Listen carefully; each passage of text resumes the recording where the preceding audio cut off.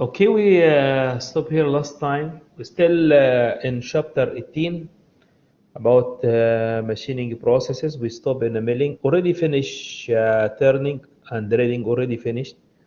We stopped here last time about milling. Milling is another machining process we're going to discuss here in this subject. We call it as a milling machine. In the milling machine, there are two types of milling. Milling is a multiple point cutting. We call it as a multiple. So previously we were discussing about the turning operation, single point cutting tool. Now milling is a multiple point cutting tool. This is the milling.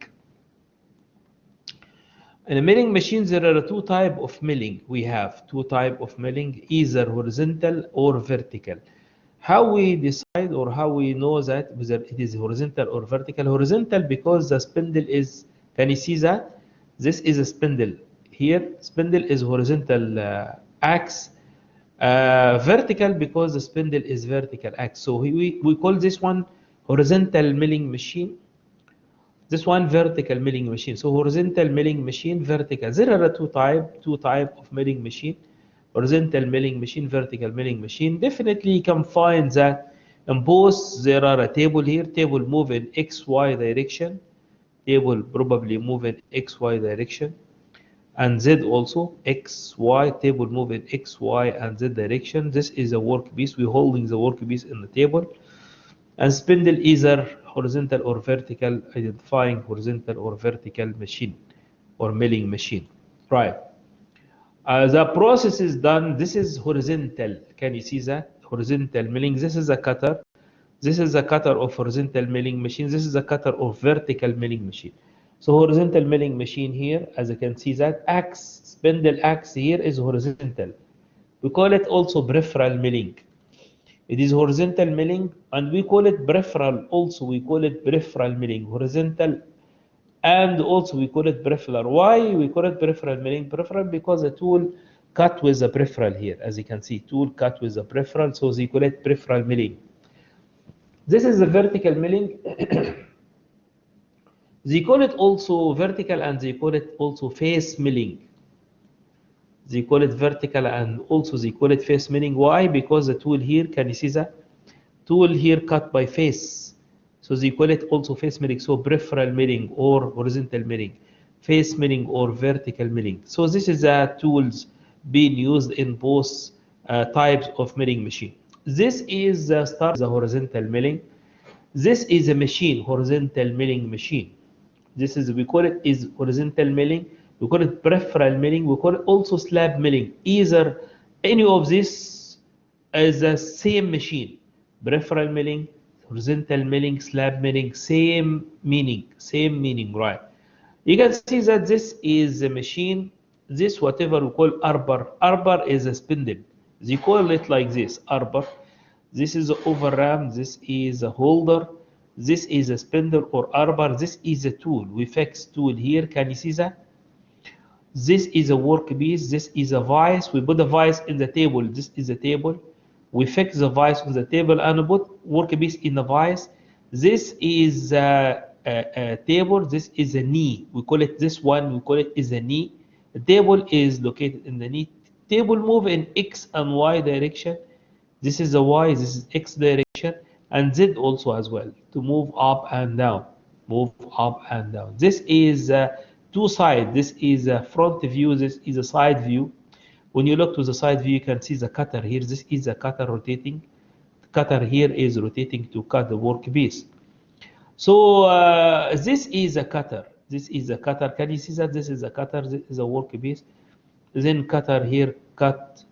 This is a peripheral milling or horizontal milling, or this is a slab milling. This is the one type of the milling machine. Another type is a vertical. Vertical spindle, as I told you, is vertical. Spindle here is vertical. Can you see that? This is a tool. Same also, this is a workpiece, this is a table, this is a vise, this is a table and knee, same. This is, as you can see here, this is a tool. Face milling or vertical milling, same meaning. This is a machining process or vertical. So if you make a comparison between face milling and peripheral milling or horizontal milling, You can understand what we described. What is the axis, how axis located, how tool cutting, and so on. So this is a difference between face milling and peripheral milling. This is a type of tool in a peripheral milling. This is a type of tool in peripheral milling. Several processes could be done in peripheral milling or horizontal milling. These processes we can see here. Actually, there are more processes, but this is the most common processes performed on the peripheral milling. This one is whatever we call slab milling. This is a slab milling. This is a process. Can you see that? Exactly this one. Same. So this is a 3D view. 3D view. You can see the tool is extended in the both sides. Tool is extended in the both sides. We call this one slab milling, right? B is the slotting. Slotting because the tool here, this is the slotting actually. This is a slotting. Can you see that? Let me tell you, this is a 3D view of slotting. Slotting here, why we call it slotting? Because the tool creates slot here, slotting. This one is a side milling. It is exactly the same, but side milling side because it is cut. Do same, but cut in a side. So we call it side milling. This one we call a straddle. Straddle milling, straddle milling. This is a straddle milling. This is a photo to cut two sides. So side milling, this is straddle milling, cutting in the two sides. This one we call it form milling. Form milling could be positive or could be negative. And then you can see that the tool have a certain shape to create the profile in a workpiece. This is a common processes performed in the peripheral milling. Right. Processes in the face milling. This is a face milling processes. The tool here, as you can see here, we call it conventional face milling. This is a conventional face milling. This one. Let me just say, this is a conventional face milling here. And in conventional face milling, face, we said face, meaning the tool cut by face. The tool here cut by face, and tool bigger than the workpiece, it's cutting by face, we call conventional. This is a partial face milling. This is a partial face milling. Partial face milling here, this is a partial face milling, as you can see here. Partial mean not fully engaged or not covering all the face, but partially cut the face. We call it partial face milling. This is a partial face. This is a conventional face milling. This is a partial face milling. Right? This is the end milling. We call it is the end milling. It's creating a slot also. Several, end milling could be used with different diameter to create several slots. And this one very similar to what we have before in a slot milling in a face also. It's doing same, but the other one is horizontal, this one is vertical. So this whatever we call it is the end milling. We call it end milling. End milling process to create slot. Right? If you have any question, you stop me, right? This is face milling also. It could be, the tool could be not solid tool, but insert. And this whatever we call it holder. It's do also face milling. Same also doing face milling, conventional face milling, but not solid. This is in case of we have a bigger size. We need a bigger size diameter. Small size diameter is fine, you can make it solid, but bigger size diameter, then they usually manufacturing as an insert, and this insert located or fixed or this insert is fixed in a holder. This whatever a black color we call it holder, and this is a cutting edge. So it cut like face cut. It is another type of face milling. This is the end milling process. End milling do profiling. This is a profiling. It can do profiling. It can do pocketing. Pocketing means remove material from the inside. We call it pocketing or surface contouring. This is not end mill. This is whatever we call ball end mill. Ball end mill. Ball because here this is kind of sphere at the edge. This is the several processes could be done in face milling. Right. In the milling generally, we have whatever we call is peripheral milling. We have whatever we call is the up milling and down milling. This is the up milling. This is a down milling. What is the big difference? Please give me your attention. What is the big difference between up milling and down milling? This here, try to realize the difference. Try to realize the difference. This tool is, as you can see here, rotating like this, clockwise, right? Workpiece is moving in opposite direction.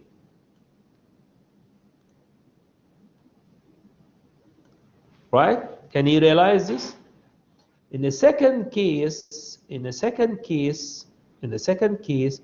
tool also rotating in clockwise, same. Tool also rotating in same direction. What is the difference? The difference is workpiece is feed in same direction. And you see that? This is a big difference. So now when you look to this one, the tool rotating in opposite direction of this is the workpiece feed in opposite direction. The workpiece feed in opposite direction. Can you see that? Tool is rotating like clockwise, feed here, or the workpiece feed in opposite direction. However, here, in this case, which is a down milling, tool is rotating also clockwise, but the difference is workpiece moving in the same direction. So what the opposite direction or same direction, what will happen? In case of opposite direction, tool, can you see, start from down to up. We call it up milling because the tool moving from down to up, removing material from down to up. We call it is up milling because something like tool is climbing. Sometimes you call it climb milling, up or climb milling.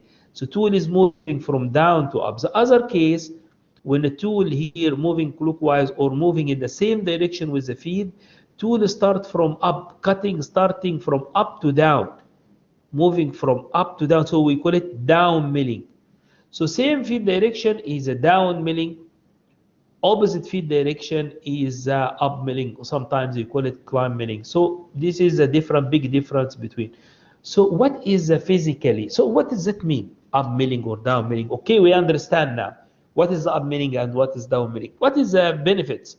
Which one we have to use? Whether we use up milling or down milling, which one is better?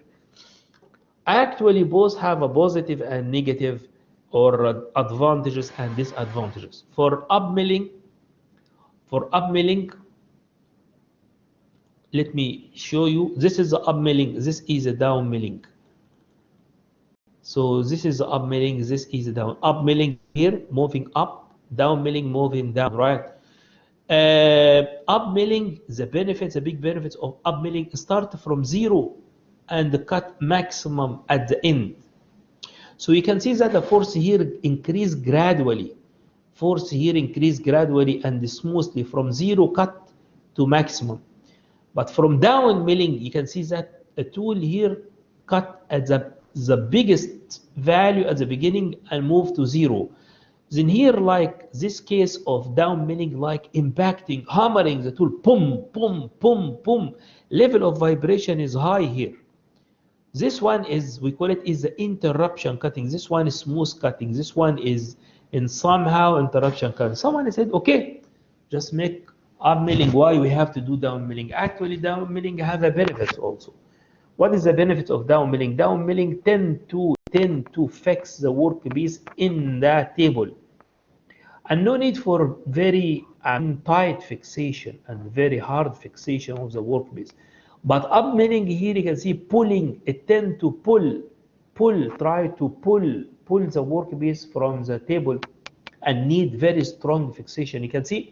However, both are okay and both being used in the milling operation, either up milling and down milling. Okay, in a milling, V equal to pi dn. V equal to pi dn. What is the V? Rotational speed, right? Let me just highlight. This one is rotating like this. So this is the N actually. N, what is the N here? N is RPM.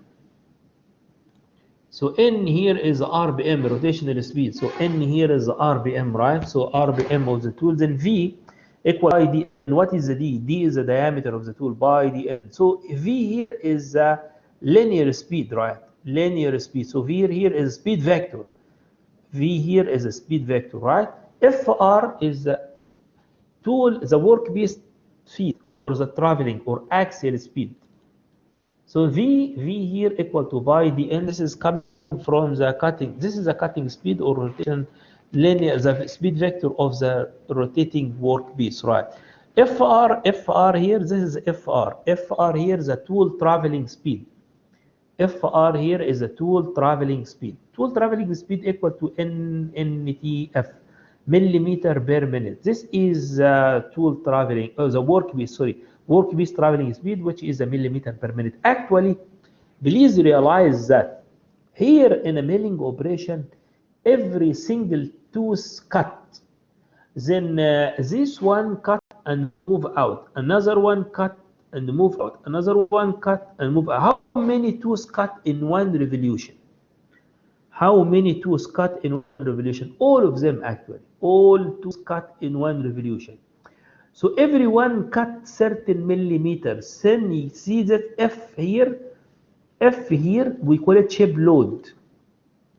F we call it is a chip load, this one. F here, which is a chip load, is the chip load, which is a millimeter per tooth per revolution.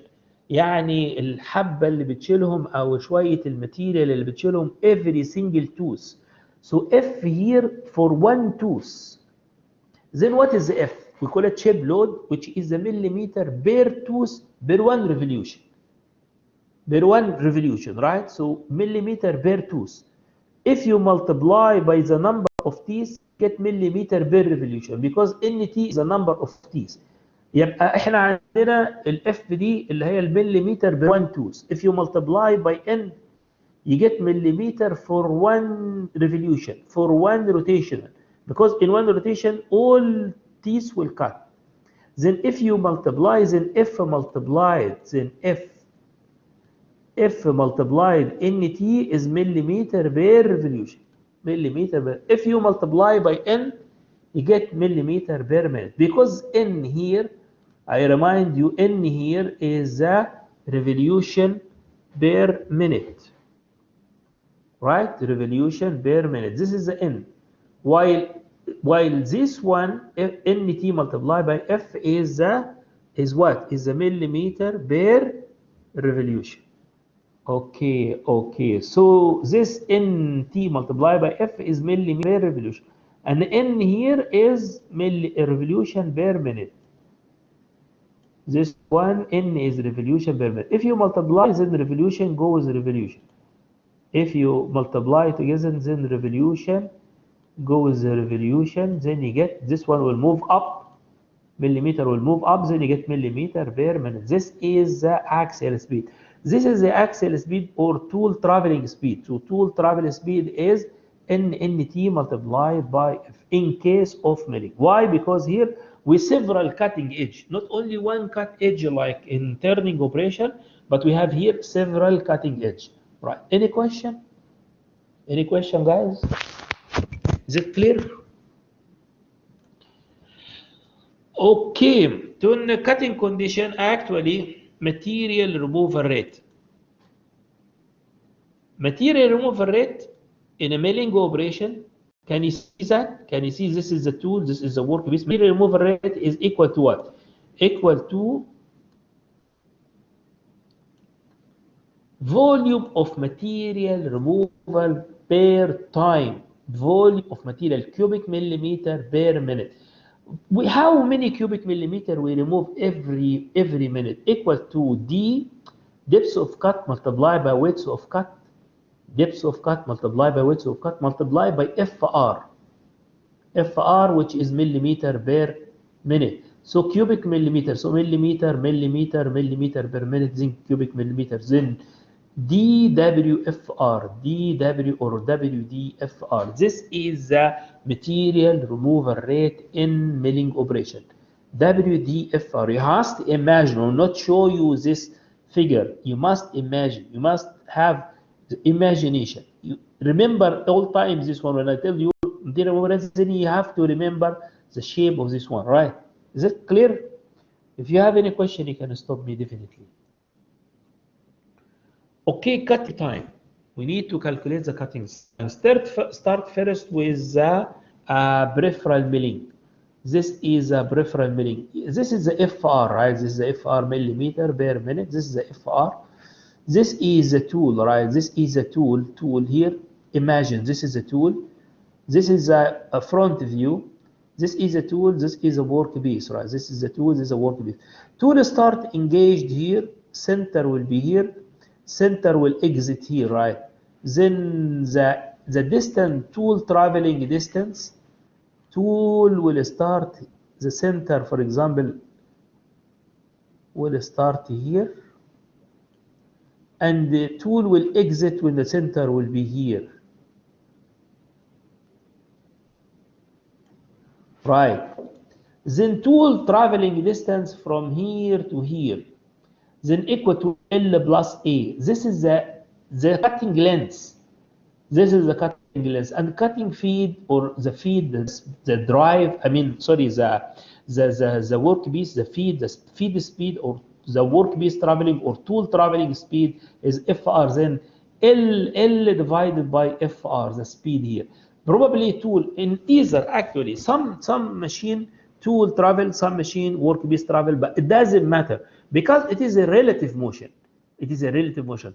The workpiece travel or tool travel, distance divided by speed give you time. Distance traveled by speed give you time. So distance here is L plus A divided by FR, which is the speed, traveling speed in same direction. It must be same direction. Both are in same direction, give you the time. So this is the machining time in case of peripheral milling. This distance A could be obtained as square root D multiplied by D minus D. D is the diameter here, and the D small is the depth of cut. So D is the diameter and D small is, this one is not radius. This one is not the radius, less than the radius. It is tangent here from this one. So it is the square root from geometry, square root D multiplied by D minus D. D is the here. The D here is small d is the depth of cut, which is this one. Depth of cut, and diameter big is D capital is a big one, right? So this is the machining time in case of peripheral milling. Okay, what about in case of conventional milling machine? This is a conventional milling machine, or face milling, or vertical milling, right? So this is a workpiece. You must imagine this is a tool. This is a workpiece. So this is a plan view. This is a plan view. This is a tool, right? This is a tool. And this is a workpiece, right? Tool is moving in this direction, tool is moving in this direction, or workpiece moving in the opposite direction. It doesn't matter, as I told you, it is a relative motion. This is the FR, right?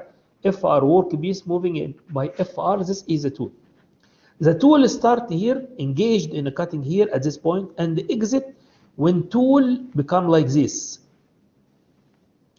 Must be exit. This at this point, tool will exit. Right, this is the A. Then the length here is L, which is the length of the workpiece, plus A.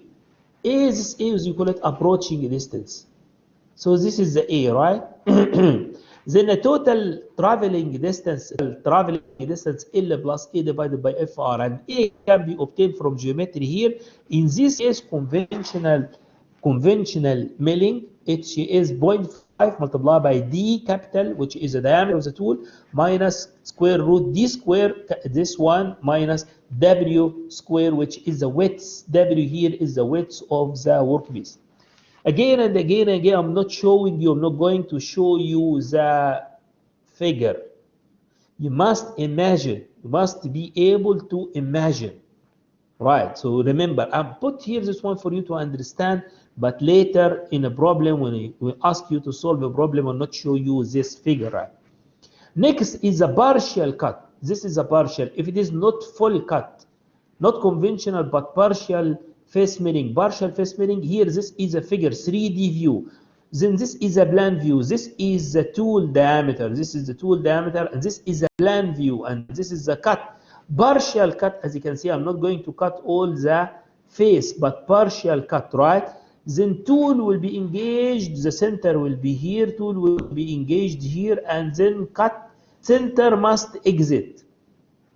Then if you have this one like this, let me just say, sorry. So this one, if we extend this one like this, and extend this center like this, center of the tool must exit. Then let me just show you.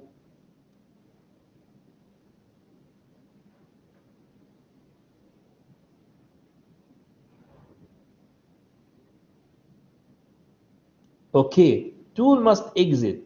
So tool, the center of the tool here, to complete the cut, center must be exit here. So tool traveling distance L plus A divided also by FR. The feed here is FR, then L plus A. A here can be obtained from geometry. Square root W, D minus W. W is here. So here W is here. This is W, is width of cut.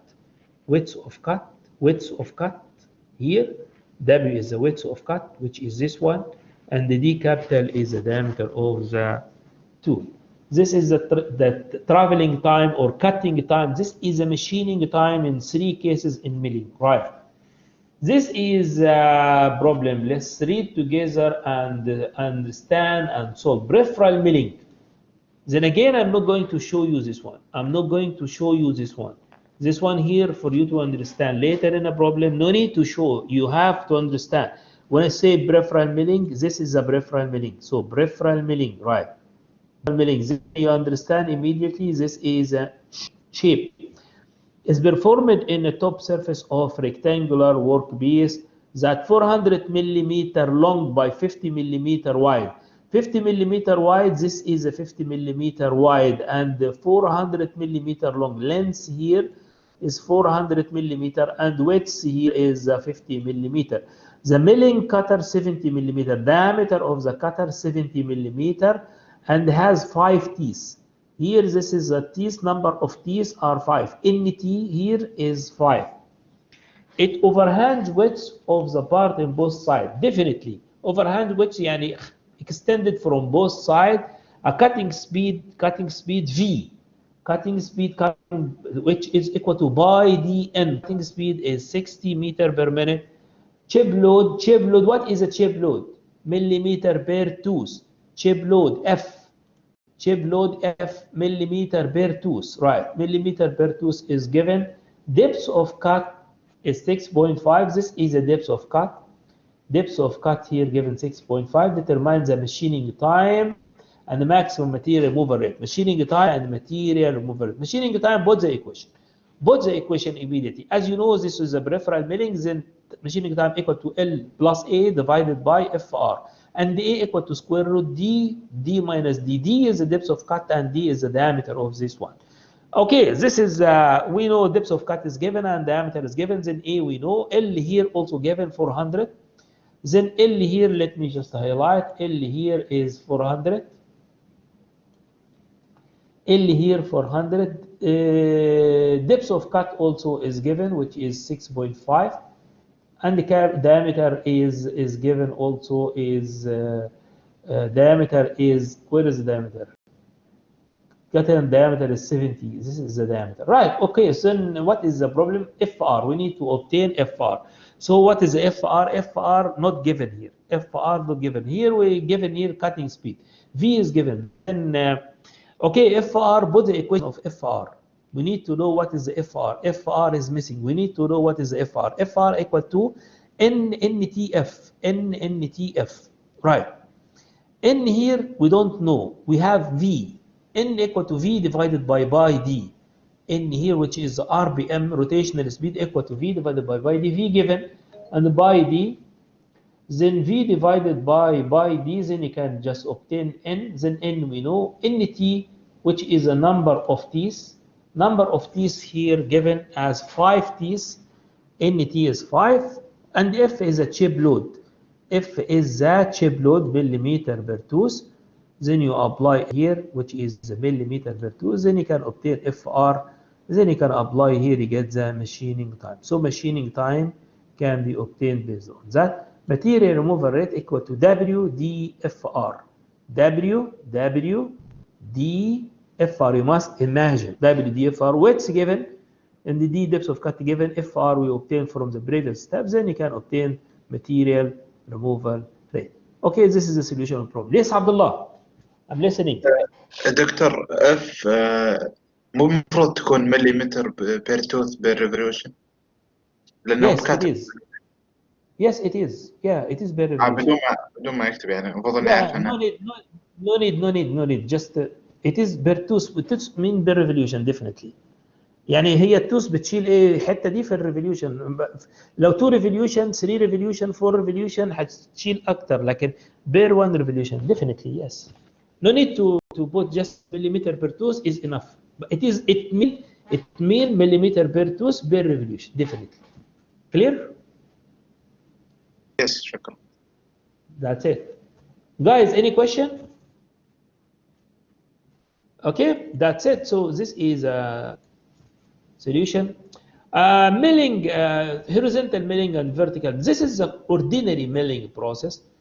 To just remind you, ordinary milling, this is the horizontal, this is the vertical. This whatever we call ordinary milling process.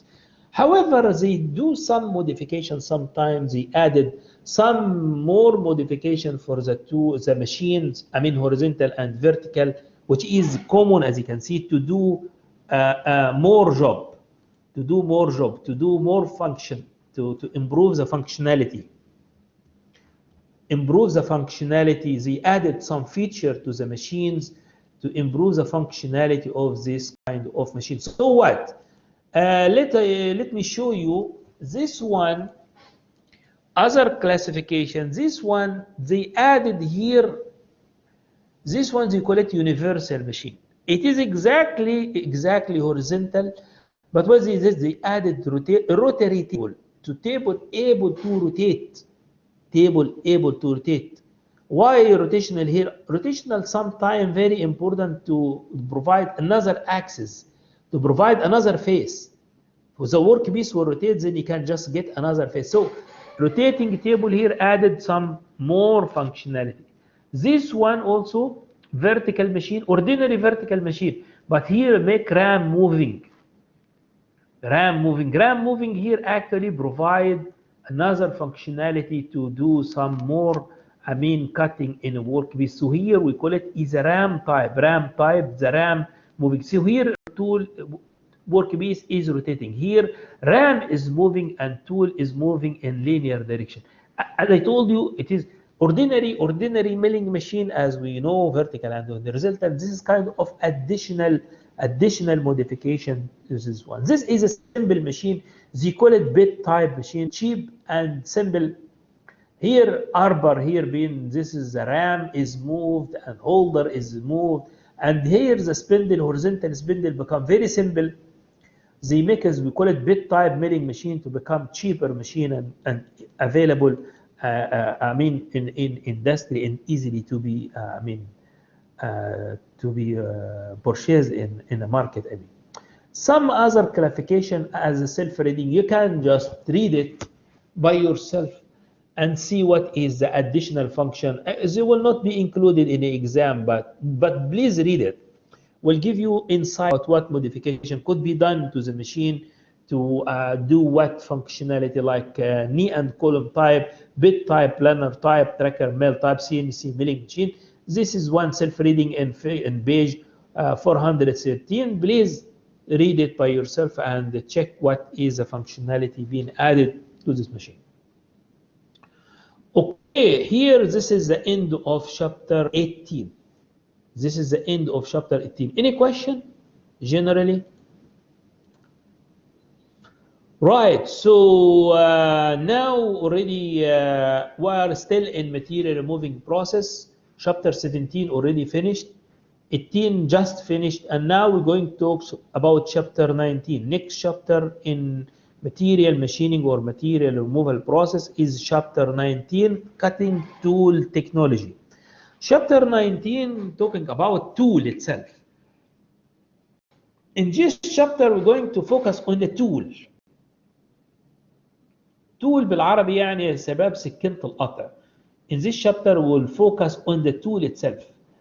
We will discuss about the tool life, tool material, tool geometry, and cutting fluid. And two fundamental aspects to material and geometry we're going to discuss inshallah in detail.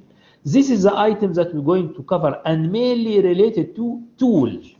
Mainly related to the tool. We'll discuss here about that in this chapter. Tool actually, this is the tool. Let's start with the tool, single point cutting tool. Let's talk about first about single point. Single point, this is a single point. This is a turning operation. This is the tool turning tool. And this is the single point. If you remember, the tool engaged in the cutting all time because it is a single point cutting tool. You can see that tool all time engaged in the cutting. Tool all time engaged in the cutting. Do cutting all time engaged and all time cutting the workpiece to remove the workpiece material. This tool really very essential, very essential. May be difficult, may be easy to cut. I mean the tool geometry, this is the, whatever we call tool geometry. What is the tool geometry? Tool geometry meaning the tool angle. This is a cutting edge angles. There are many angles here. And this angle may make the tool cut easy or may make the tool cut very difficult. What does that mean? What does that mean? Please listen to me carefully. Just please give me your attention. I'll give you an example. To make it easy for you to understand. Do you know the knife السكينة يا شباب اللي انتوا بتستخدموها في البيت؟ السكينة العادية اللي بتستخدم في البيت يعني ده الإيدج بتاعها. ده الكاتنج إيدج بتاع السكينة العادية بتاعتكم اللي بتستخدموها في البيت. ودي الورك بيس يعني الورك بيس اللي هي مثلا الفيجيتابل الفود يعني تقطع بيها يعني اي حاجه اي سيرفيس يعني.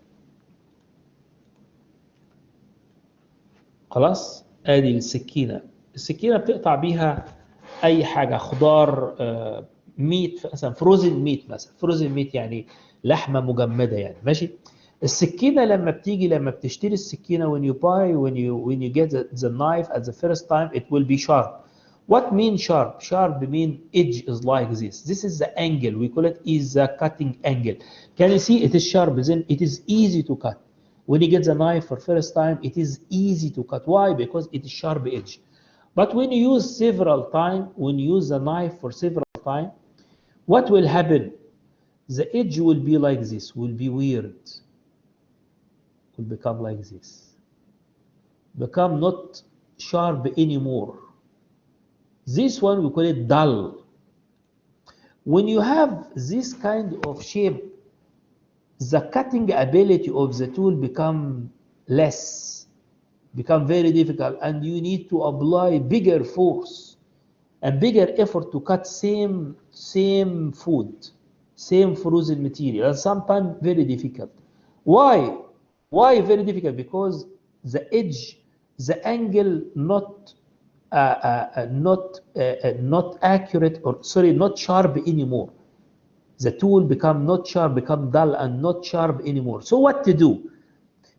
In simple way, I can do like this. I come here to the worn one and cut like this, and cut like this, and bring back again the edge to become sharp again.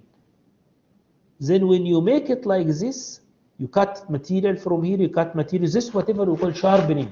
When we sharpening the tool, we bring the tool back to the correct angle. Bring the tool back to the correct angle, then it becomes sharp again and can cut easily again. Or change the knife. Then exactly this is happening also, this is also happening in a tool. Then a cutting tool angle, we call it cutting tool angle, are very important. At the beginning, when we have the tool to become sharp and easily cut a workpiece. Later, when the tool wear means this one happening like this, the tool become dull and very difficult to cut the workpiece, and we need to resharpening to bring back again. So what is the angles? Those are the angle in a cutting tool. This is a cutting tool, point cutting tool. This is a plan view, this is a side view, this is the end view, side view. End view, this is a side view, this is a plan view. You can see that here, this is whatever we call rake angle. Do you remember? This is the rake angle, this is the relief angle, this is the end relief angle, this is the back rake angle, this is a side rake angle. So when you come to the rake face, this is the rake face, we have three angles. This is here, this is side relief angle, this is the end relief angle, this is a side rake angle, this is a back rake angle, this is a cutting angle, end cutting angle, and side cutting angle. Tool must be specified in this way, and these angles are listed in the material, the tool handbook, whatever we call tool handbook, we put recommendation about this kind of angle, and the tool angle must be specified accurately, to match whatever written in the material, the tool handbook. So you must specify angle correctly, the tool become sharp. Whenever you do the cutting, this angle will be disturbed, and then you need to resharpening the tool, or to get new tool, or to resharpening the tool to bring back angle again to the correct value. Right. So we have whatever we call rake angle, relief angle, and cutting edge angle. Rake angle, this is very important. Rake angle here, this is a two side and back rake angle. This two rake angle specification very important for chip removal. This is the relief angle, very important to keep the workpiece away from the machine surface, to not destroy the machine surface. This is the cutting edge angle for tool penetration. Easily tool can penetrate in a cutting. So this is the angle. And finally, nose radius. This is the nose radius here, we call it is the nose radius. Nose here is round, and there are radius here for the nose. Affect the surface quality. Nose radius affecting the surface quality. This whatever we call is angles, cutting angle. Okay. Tool will be weird. Yes. What is the weird? Become dull. This angle will not become sharp anymore with the time. Why? Because all time the tool engaged in a cutting. Tool engaged in the cutting. When tool engaged in cutting, this angle will be disturbed, and then when an angle will be disturbed, it means that tool will be called tool wear. We call it tool wear. There are three types of the tool failure mode. Tool failure means end of life. When the tool finish, when the tool cannot be used anymore, we call it tool failure. This we have to resharpening the tool or change the tool. We can change and get a new tool, or resharpening the tool. So this is whatever tool failure, three modes. The first one is a gradual. The tool will be weird and weird and weird and weird and weird, and finally get dull. This is the failure mode. Failure, then tool cannot be used anymore. I must change the tool or resharpening the tool. The second mode is a temperature failure mode. Temperature failure mode means the temperature increase and temperature increase in a cutting zone. When temperature severely increases in the cutting tool becomes soft. Tool becomes soft and not rigid enough to do the cutting. Then when the tool temperature is a cutting very high, tool becomes soft, and this one leading to damage the tool. This one leading to damage the tool. I don't want to damage the tool. I would like to maintain the tool, and I would like to keep tool rigid all time in a cutting. So tool failure is whatever we call is a bad. We don't want to have temperature failure. We don't want to have a temperature failure in the tool. Why? Because this one is early or fastly damaging the tool. If you allow temperature to increase severely, tool will become soft. This one tool will be deformed. If tool deformed, cannot be resharpening. We cannot resharpen tool anymore. It damage. Then you damage the tool. Damage the tool. This one cannot be used anymore. You must throw away and must get new tool. Away from that. Besides that, the tool will damage the workpiece, and tool will destroy the workpiece, and the quality of the cutting will be very bad. So temperature failure is very serious. I don't want that happen. Never. Then what to do? I must cool down. In case of temperature increase significantly in the cutting zone, then I must cool down the workpiece and tool to avoid having temperature failure. Next is a fraction failure. Fraction failure is a dynamic. If you set cutting condition, wrong cutting condition. If you're cutting very hard material, you must use low cutting condition to not make big shock in a tool and a big dynamic load destroying the tool. Someone not familiar with the cutting, and then you cutting very hard material, and then he didn't realize and put the load. I mean, the cutting condition are used very high cutting conditions, and dynamic load become very high.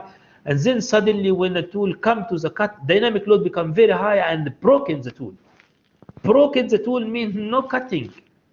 No cutting. So what is the cutting? No cutting. No cutting time. So cutting time, you destroy the tool actually. You destroy the tool. Then fraction failure is bad. Fraction failure is bad. I don't want that happen. You can see you broke the tool. When you broke the tool, this one cannot be sharpening because the tool is broken already. Then you waste the tool. So you can see that temperature failure and fraction failure, whatever we call fraction failure, temperature failure, are premature failure. Premature failure means quickly happen. The tool is destroyed, even the machining time is zero. There are no use. Then we don't want the temperature failure happen and fraction failure. We must avoid temperature failure and fraction failure. But gradual wear is okay. Gradual wear is okay because this must happen unavoidable. You must use the tool, then tool will be weird and weird and weird and weird, and finally it will be dull, and then I do resharpening, then I can use the tool again, and so on. So the preferred mode is the gradual wear. Gradual wear is the preferred, but temperature failure and fraction failure must be avoided. Temperature failure and fraction failure must be what, guys? Must be avoided. We must avoid having this kind of failure. Right.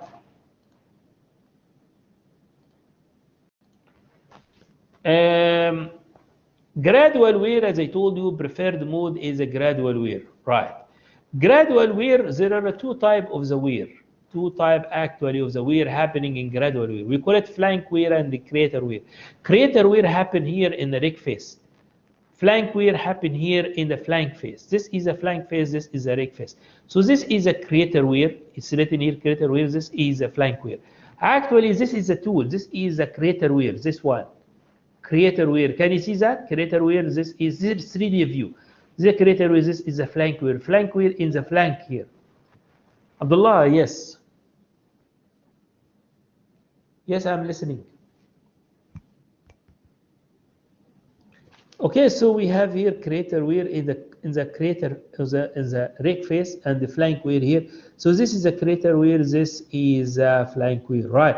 You can see that this is a crater wear. Here is the top crater wear. This is a flank wear here in the flank side here. It's coming from the wrapping the surface here. When the tool wrapping surface, it's a flank happening here. And these two type of wear it happen. But we can minimize, we can reduce, but we cannot avoid. We can reduce, but we cannot avoid having gradual wear. We cannot avoid, but we can minimize, we can reduce.